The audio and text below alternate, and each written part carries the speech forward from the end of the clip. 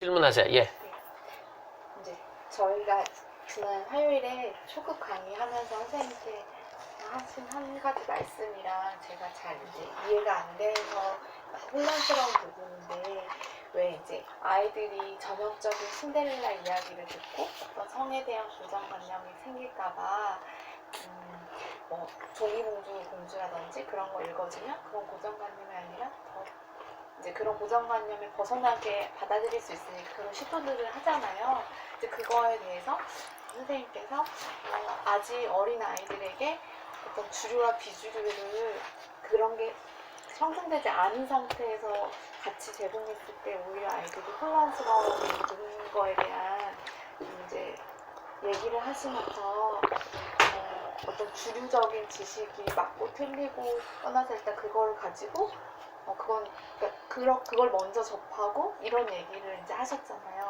근데 또 이제 오늘은 다른 상상력의 측면에서 너무 그 어른들이 생각하는 일반적인 생각들의 시선의 책들이 또 아이들의 상상력을 막을 수 있다.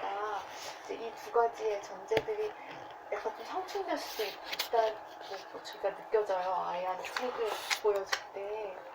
이 둘의 전제의 관계를 어떻게 제가 잡고 가야 될지 제가 제 질문의 의도가 잘 전달된 건지.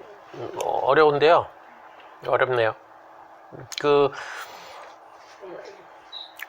대표적으로 뚜렷한 차별로 인식되는 것. 그러니까 부모가 얘기하기 전에 사회 자체가 그런 형태로 구성되어 있다고 보는 거거든요. 거기서 뚜렷하게 드러난 거, 좀 큰 틀에서 차별은 성차별과 이제 그 계급차별 있고, 우리나라 인종차별이 약하긴 하지만 그래도 여전히 있고, 그 다음에 이제 장애인 뭐 이렇게 등이 있는데, 그렇게 뚜렷하게 드러난 거를 바로 뒤집는 건 대단히 어렵고요. 그래서 그거는 전 아이한테 상당히 혼란 내지는 이렇게 신경 안 쓰게끔 만들어 버리는 거로 가는 것 같고, 그거 외에 그냥 부모가 이를테면 뭐 거짓말 하지 말라 뭐 이런 거에 대한 전통적으로 듣는 계속 가치가 있거든요. 그런 거에 대해서 조금 다른 가능성을 주는 거, 이런 것들이 상상력으로 보는 거죠. 그러니까 구름빵에서 나온 것처럼 아이가 빵을 먹고 날랐는데, 날라서 가는 게 기껏해야 아버지한테 빵 갖다 주는 거냐, 난 그런 거거든요. 그게 상상력이, 실제로 내 애들한테 물어보면 애들 별 특별한 거 없어요. 다 너무나 단순해. 너무나 어떤 느낌이 없는 거야. 날라서 신이 난다? 구름이어서 그런가? 걔네들이 비행기 타고 날른다 그러면 다를까? 그렇죠. 그럴지도 모르겠네. 하여튼 상상 자체가 상당히 빈약한 형태. 근데 책 자체가 그렇잖아요. 근데 적어도 그건 첫 경험일 가능성이 많죠. 빵을 먹어서 날랐는데 한 일이 아버지한테 빵 갖다 주는 거야.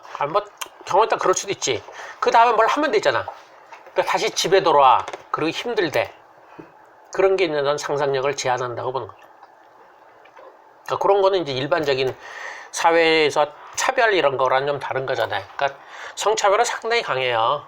상당히 강할 정도로, 그러니까 대표적인 차별 세계 중에 하나 들어갈 정도로, 그리고 끊임없이 가정에서 재생산되는 게 성차별이잖아요. 아버지 엄마 역할 때문에. 그거를 바꾸는 거, 이런 책 있어요. 사랑해, 너무나 사랑해. 이게 실제 얘기래. 그 펭귄인데 어디야, 미국인가 어딘가, 센트럴파크니까 미국이네.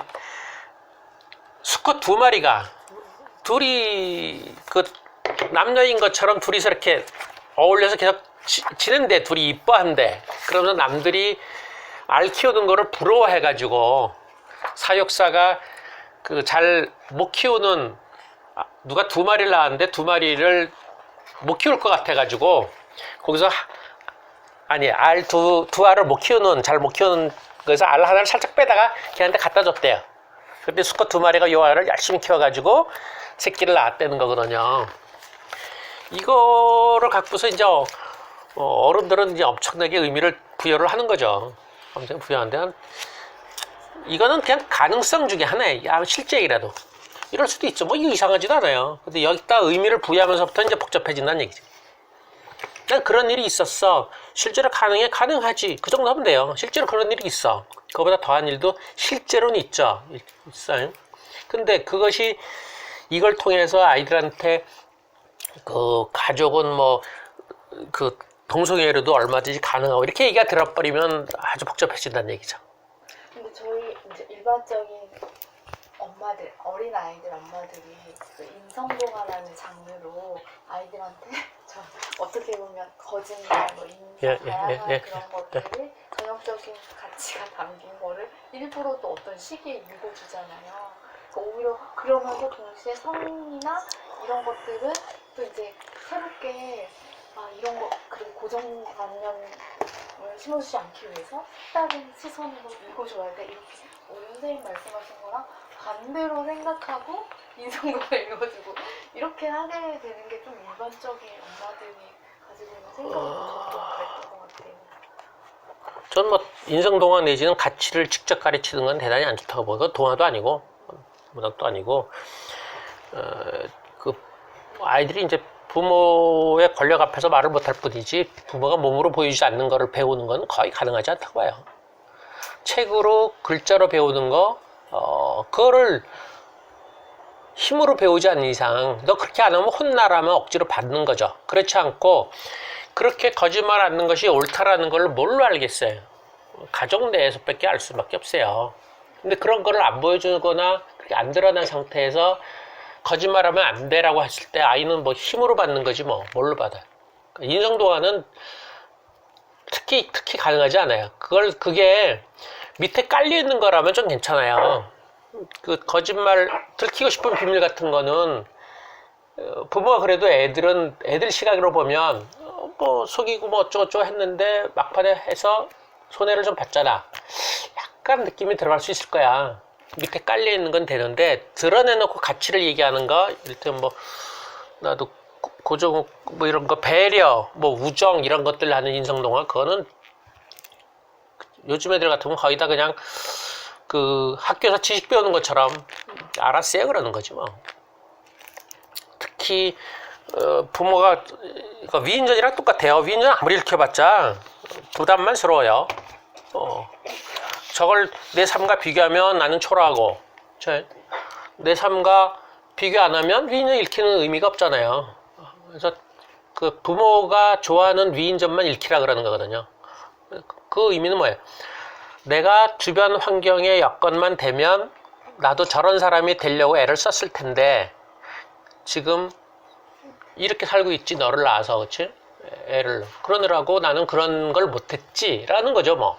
내가 너를 안 낳고 결혼을 안 했으면 혹시 그렇게 뭔가 한쪽으로 파고들면 뭐 음악가가 되건 뭐 유명한 건 안 하고 뭘 한 분야를 팠겠지만 뭐 결혼하면 일상으로 들어가는 건데 그래서 그 정도로 얘기하면 부모의 꿈이 저런 거였구나라고 해서 정말 문제 정말 이런 거네. 꿈 같은 거 자꾸 얘기하는데 그 뭐지 적성 얘기하고 점 얘기하는데 애들이 난 가장 혼란스러운 게 그럴 것 같아. 부모는 꿈이 있었나? 부모는 뭐지? 꿈이 뭐지? 뭘 하고 싶었지? 라는 게 사실 제일 헷갈릴 것 같아. 부모가 하고 싶은 게 있었다는 얘기를 해줘야 될 거예요. 근데 그걸 줄줄이 설명해주면 또 지겹거든요. 훈계로 가거든요. 그러니까 그런 위인전 같은 거 내가 좋아하는 사람을 주면서 혹시 여건만 좋았으면 그러니까 대표적인 거죠. 결혼만 안 했으면 이런 비슷한 걸로 되려고 노력은 했을 텐데 이 꿈이 이거란 얘기지. 그러면 애가 그 책을 보면서 우리 부모 꿈이 이거구나. 그러면서 나는 부모랑 다르고 뭐 어쩌고 하면 갈 수 있어요. 근데 많은 경우 부모랑 꿈이 다른 게 문제가 아니라 부모는 꿈이 없다는 걸로 보이는 거예요. 그럴 때는 일방적으로 자기를 못하게만 시키는 거. 그러니까 꿈이 없으니까 현실로만 들어가게끔 하는 거잖아요. 너 말 잘 들어 세상이 험악해 이런 건데 아니야. 꿈이 있었는데 결혼하고 애를 낳느라고 이렇게 있는 거고 너는 그런 현실을 이겨내면서 꿈을 기르는 거지라고 했을 때 부모가 꿈이 있고 없고 그 꿈을 알고 모르고는 상당히 차이가 크다고 봐요. 그러니까 그런 것이 전제된 상태에서 가치를 가르치는 거로 들어가야 되는데 그런 거 없이 일반적인 가치 학교에서처럼 뭐 배려 뭐 거짓말 이런 사회적인 중요한 가치를 줄줄이 나열하는 형태를 하거나 위인도 뭐 이런 위인도 있고 저런 위인도 있고 줄줄이 하거나 다 겉돌거나 다 부담스럽기만 한 거죠. 어느 하나 정도. 근데 그 매개가 뭐예요? 부모죠, 부모. 부모가 강조하는 것 같죠. 부모가 집에서 늘상 절약을 얘기한다면 그쪽 가치만 얘기하는 거죠. 절약이나 어떤 쓰레기나 그런 것만 얘기한다면 그런 쪽 책만 갖다가 읽히는 거예요. 그거 말고 다른 거 읽히는 거는 난 별로 안 좋다. 부모가 늘상 얘기하는 거. 근데 그걸 말로 풀면 너무 잔소리 같으니까 그런 책으로 놓고서 하는 거죠. 되게 연관돼서 시작이 예. 근데 제가 돌이켜보면 지금 아이가 6살인데 아주 어렸을 때도 그런 인성동화 계열, 지금도 뭐 안녕마마도 일종의 인성동화잖아요. 근데 그런 게 인성동화이면서 동시에 애들의 구체적인 거랑 연결시키니까 애는 되게 좋아하는 거예요. 그게 구체적인 자기가 관련된 삶의 현장을 토대로 인성을 주입하니까. 그래서 애는 좋아하는데 내가 보기엔 너무나 그런 흔한 그거를 가르치고 선생님의 시선으로 저도 그런 의문이 있어요. 애는 구체적이니까 좋아하고 너무나 뻔한 스토리, 상상력이 제한되는 것 같고 어떻게 해야 되나요? 책으로 따지면 기본적으로 기획자가 앞서는 건 별로 안 좋아요. 그 저자가 뚜렷하지 않고. 근데 우리나라 저자들 상당수는 다 그런 거를 초기에는 거쳤던 것 같더라고. 근데 이름이 잘 안 드러난 형태거든요. 아니면 살짝 드러나거나. 하여튼 그렇게 기획물 같은 거, 애들용 기획물은 대체로 문제가 많아요. 이런 책도 기획물은 기획물이죠. 이것도 니콜라에바도 누가 기획을 한 거의 시리즈물 중에 1권인가 그렇거든요. 이건 잭 자이프스가 기획한 거예요. 어린 문학에서. 이런 거 외에 애들용 쉽게 하는 거는 더군다나 그 분야의 전문가가 아니잖아요. 기획도 그렇게 할 수도 있어요. 그 전문가를 할 수 있어요. 이를테면 애들용으로 그 삼국시대의 어떤 생활상을 알려주겠다. 그래서 고구려 전문가, 내가 알기로는 전호태인가? 그 사람이 고구려 벽화가 전문가여서 어른 책도 쓰고 애들 책도 썼어요. 그러면 애들 책 쓸 때는 이제 잘 모르니까 아동, 그쵸, 어린이 책하고 편집자하고 합성해서 하거든요. 그런 식의 전문가는 난 필요하고 해야 된다고 봐요. 많은 경우 그 전문가가 아니거든요. 인성도 마찬가지예요. 그 사람이 늘상 그런 얘기를 하는 사람이라면 그 일단 배려를 어른 책으로도 하고 여기도 하고 하면서 애들 책도 쓴다 그러면 낫겠죠. 근데 아니거든요. 아니면 뭐겠어요. 그냥 상투적인 거. 아주 힘들거든요. 그러니까 성얘기, 특히 성폭력이나 그거 관련해서 참 보긴 봐서 헷갈리는 게 그 용서라는 책 있잖아요. 그 여자 하나가 대학생 때인가 젊을 때 자기를 그 강간 비슷하게 이제 술 먹고 그랬겠죠. 그런 사람을 오랫동안 힘들어하면서 다시 그걸 극구해서 그 사람을 불러내가지고 다시 뭐 강연에도 나오고 한 거 있거든. 그 책으로서 용서 나오는데 상당히 불편하면서 어려워요. 어렵고 힘들고 그런데 그런 식의 경험 있는 사람이 용서를 얘기한다면 난 말 될 것 같아. 그 사람이 애들 책까지 쓰면 더 좋겠죠. 근데 그러긴 그런 거 아니거든요. 기획물들은 그냥 상식 수준에서 용서, 배려 이런 것들이거든요. 그러니까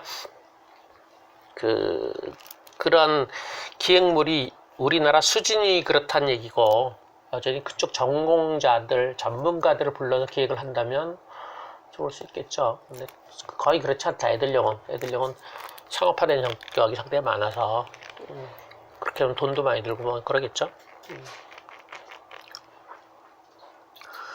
그쪽 뭐 제주도 질문 있어요?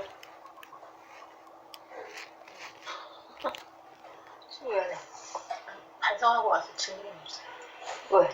책을 볼 때 계속 저는 어른의 시각에서 이거 누구의 시각으로 봐야 한다라는 것 자체를 인지하지 못하고 책을 계속 보고 아이한테 계속 권해왔더라고요. 근데 순간 그러면서 그 어린이의 시각은 도대체 뭐지? 라는 사실 고민이 왔어요. 우리가 일반적으로 정답을 찾아가고 그 규제된 삶 속에 주로 사는데 아이에게 상상력을 주고 아이의 시각으로서 책을 본다라는 생각 자체를 못하고 있다가 소장님이 주시는 이걸 보고 누구의 시각으로 해석을 보는가라는 걸 보고 저는 조금 한 번도 생각해보지 않았던 관점이라서 저는 조금 보면서 혼란이었고 충격이었고, 그리고 저는 계속 아이한테 도덕적인 거, 그리고 그것이 공동체를 살아가면서 꼭 필요하다고 해서 아이 중심이기보다는 공동체와 어른 중심으로의 삶을 계속 이끌어왔던 거고, 또 지금도 동화책을 아이한테 줄 때 제가 무의식적으로 제가 좋아하는 책 위주로 책을 몇 권해주고 있었거든요. 그래서 그런 생각의 어떤 전환이 됐던 부분이었고, 질문은 없었습니다. 질문에 대해서는 없었습니다. 예, 대단히 힘들겠네요. 어려운 것 같아요. 어린이 시각. 그리고 사실 그렇잖아요. 지금 현대사회가 학교도 그렇고 정답을 맞추고 과학적 데이터로 정해진 게 아니면 이상한 뜬금없는 소리로 취급하는 그 시대에 아이에게 보이지 않고 자기의 상상력을 마음껏 발휘하는 것을 허용한다는 것이 물론 이상적으로는 맞는데 저도 좀 어려운 부분, 그런 생각 자체가 좀 어렵다라는 느낌? 그런 걸 좀 해봤어요. 이를테면 상상력이나 이런 거 얘기할 때 좀 당장 필요한 건 아니고 지금 급한 게 많은데 이렇게 생각을 많이 하는데, 그래서 자꾸 제가 공부랑 연결시키는데, 상상이 기본적으로 일단 뭘 연결시키는 거거든요. 그리고 자기 시각으로 본다는 얘기는 그거의 구체성을 획득한다는 얘기거든요. 공부 자체가 상당히 힘들어요. 자기 시각을 안 갖거나 그럴 때는 끊임없이 기억이라는 거는 새로 지식을 받아들여서 내 원래 갖고 있는 거하고 연결시켜야 되는 건데, 자기 중심이 없으면 연결이 잘 안 되거든요. 그러니까 힌트를 주면 하는데 힌트를 안 주면 모르는 형태. 걔들 공부하는데 무척 힘들고요. 상상력도 마찬가지죠. 그렇게. 그래서 자꾸 저희가 이제 공부 쪽은 아니면서도 공부를 얘기를 많이 하는 건, 그런 우리가 생각한 상상력이란 게 지금 당장 애들이 공부하는 것 자체도 절실하다. 일상에서는 더더군다나 그렇죠. 일상에서 애들이 부모가 뭔가 잘못하다 지적을 할 때 애들이 어떻게 받겠어? 사고력이나 생각하는 힘이나 뭐 아무것도 없으면 부모가 힘으로 누르는 것밖에 안 들어와요. 그냥 알겠어요 그러고 잘못했어요 라고 그러고 끝이, 아무 생각 없는 거거든요. 생각하는 힘이 있거나 추론을 하거나 뭔가 연결을 시키거나 자기 주장이 있어야지 한마디 대꾸하면서 뭐 주고받게 하고, 그래 어느 건 어떤 점에서 괜찮고 어떤 점은 안 좋고 뭐 말이 나오지. 많은 경우 누가 그랬죠? 어제 거기서 그랬나? 그냥 빨리 눈치로 애가 미안하다고 먼저 얘기하는 거, 이런 것들은 권력으로 들어간 거죠. 권위로도 안 들어가고, 그냥 부모가 혼낼 때 그냥 미안하다 그래서 빨리 푸는 게 좋아. 그 내용이 어쩌든지 간에 상관없이 이런 쪽으로 들어간 거는 생각하는 힘이 그 나이나 그 상황에 비해서 훨씬 떨어져서 그런 거죠.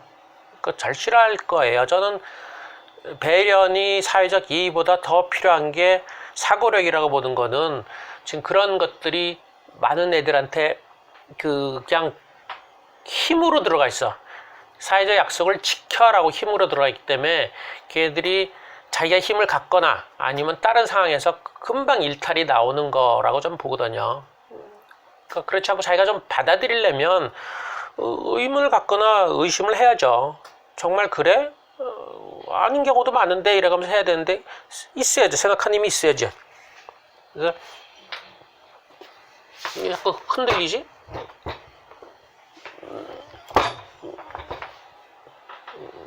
저희 애들은 정관이책 정말 좋아했는데 저는 그렇게까지 그거를 이제 판단하진 않았고요.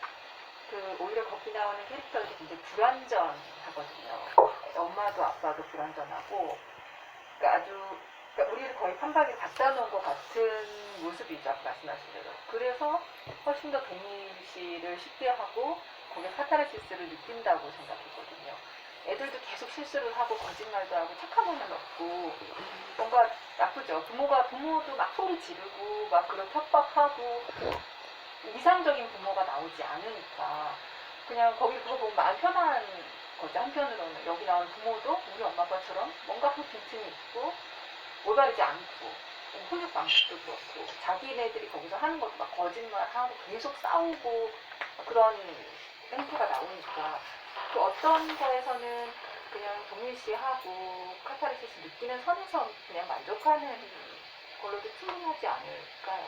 그 모든 그림책이 다 어떤 우리가 생각했을 때 그 그림책 여러 가지 종류가 있으면 말씀하신 대로 뭔가 안에 있는 것을 끄집어내는 역할을 하는 그림책도 있다면 어떤 거는 이 선에서 또 그게 그 선택을 결국 부모가 하는 거겠죠. 선생님 말씀하신 대로 우리가 가치교육이라는 거는 가치교육이나 도덕교육도 이제 무시해서는 안 되고 그 시기 때 해야 되는 거는 분명히 있죠. 무엇이 옳고 그른가를 가르치는 거. 그런 면에서 무엇이 옳고 그른지 알아야지 사실 이것이 아니다라는, 이것이 꼭 그럴 필요가 있냐라는 생각도 할 수 있지 않을까. 그게 옳고 그름을 그렇게 다 흩어뜨리면 뭐 이도 좋고 저도 좋다 그런 얘기고, 그런 거에 대한 판단은 시대 흐름으로 봐야 돼요. 시대 흐름에서 특히 문학이나 이쪽에서 저는 불편한 게 부모들이 점점, 특히 아빠가 그렇지만 찌질한 형태 내지는 엄마들이 그냥 강압적인 형태로만 나오는 게 주류거든요. 현실을 반영한다는 이유로. 예전에 너무 이상적인 부모들을 많이 그린 책들이 주류인 상태라면 그걸 깨는 형태로 그렇지 않아 부모라고 다 부모가 실수도 많고 뭐 이상한 것도 많아라고 하는 현실 반영이 맞을 텐데 지금 그게 너무나 대세예요. 좀 더 이상적이거나 좀 다른 삶을 사는 부모들이 나오면 좋겠어. 너무나 없어요. 너무나 10%도 안 돼요. 그러니까 당연히 애들한테 이런 책도 필요하고 저런 책도 필요하죠.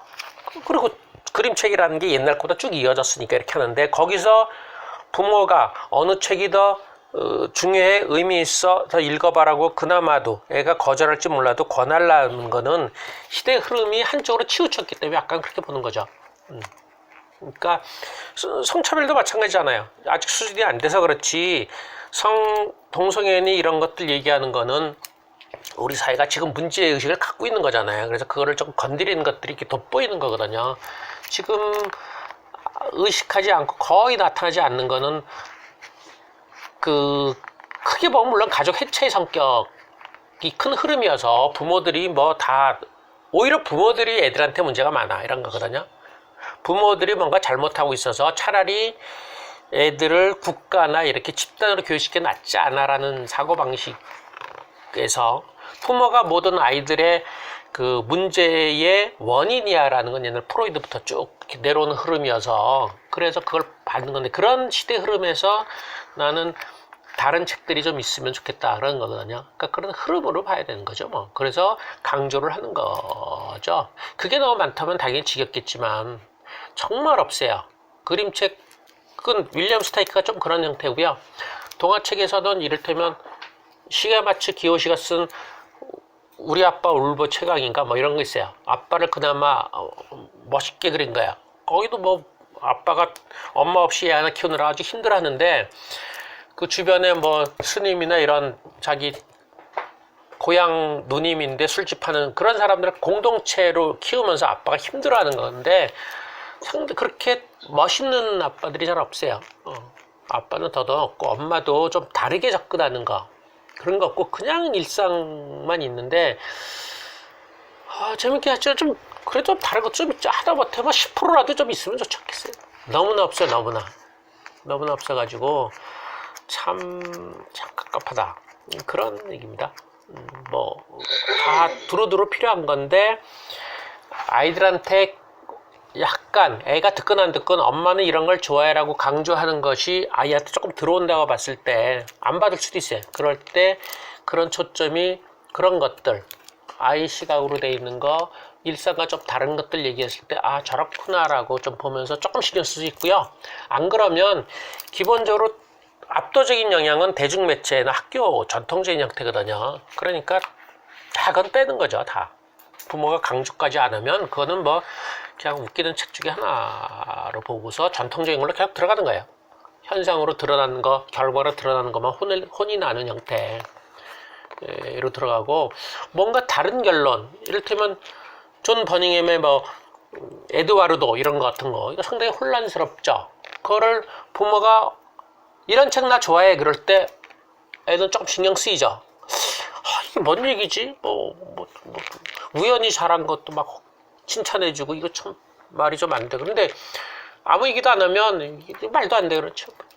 그냥 웃기네 재밌네 그러고 치워버리고 이제 그런 현실 반영한 책만 좋아하는 형태로 되지 않겠냐. 세상 예, 주류 흐름이 그렇게 되니까 그런 얘기고, 크게 봤을 때 필요한 건 뭐 다 필요한 거고 그런 거죠. 그러니까 부모가 강조하는 건 난 여전히 특히 자기 부모가 교사보다는 엄마가 강조하는 건 그래도 어떤 형태로는 의미가 있다고 보거든요. 아이가 신경을 쓸 거예요. 근데 그때 그런 형태를 강조했을 때 아이는 이제 다른 걸 버리는 거가 되는 거죠.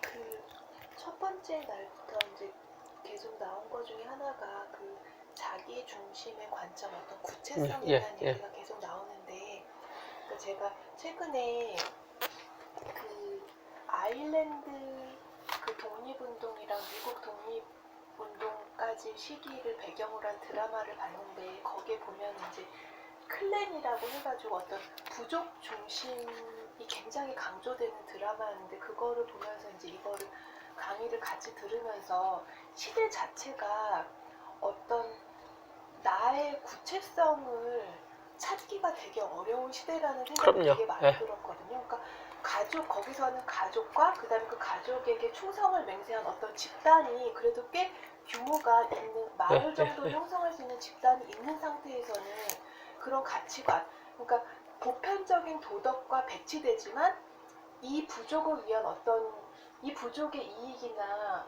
그 희생을 줄이기 위한 게 보편적인 가치보다 우선되는 그런 시대가 있었잖아요. 근데 지금은 그렇게 어떤 내 중심이 딱 진짜 그 핵가족밖에 없는 시대잖아요. 그러니까 그거는 너무 좋고, 마을이라는 게 없는 그런 상태에서 지금 우리가 우리 연구소에서 강조하는 어떤 그 구체성이나 우리 중심의 어떤 거를 하기가 어려우니까 그런 보편적인 좀 뜬구름 잡는 그런 게 더 강조되는 게 아닐까. 그래서 그런 지금 같은 상황에서 그런 구체성이라는 게 어떻게 획득될 수 있는가, 그게 되게 어렵더라고요.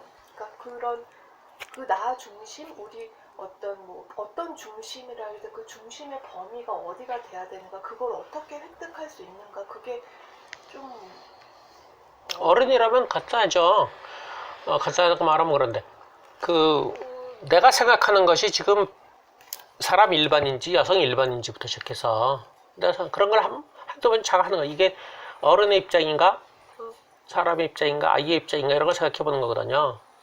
그런 큰 틀로부터 이렇게 좁혀야 돼. 자꾸 구별해야 돼.